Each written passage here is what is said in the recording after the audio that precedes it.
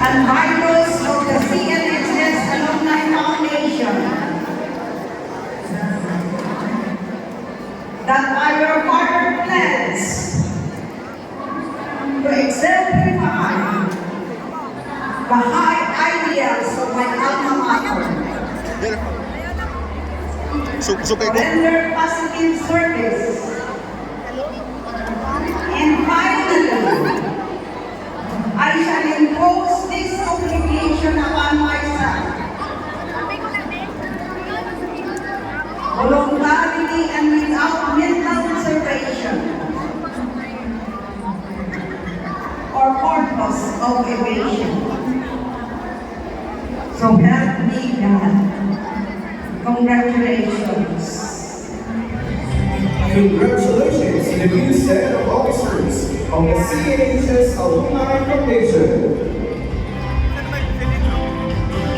Si Marian Lumano po. Marian Lumano. Si Size.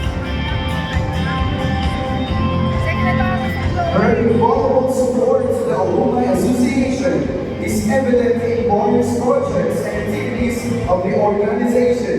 With her exceptional leadership, a progressive era is dawning in Caloocan. Ladies and gentlemen, let us all welcome once more Mayor Magdalene A. Ira.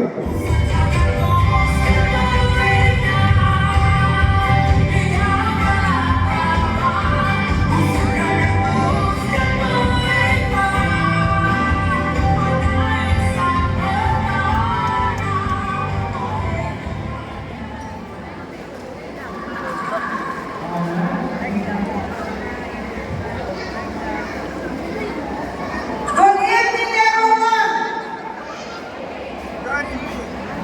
I would like to pay my respect to the outgoing president of the Calatrava National High School Alumni Foundation, Mr.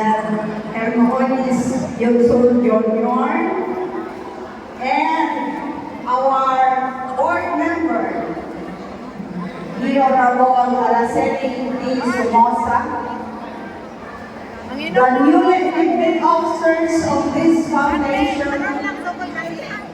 to all the members and guests of this event. Good evening.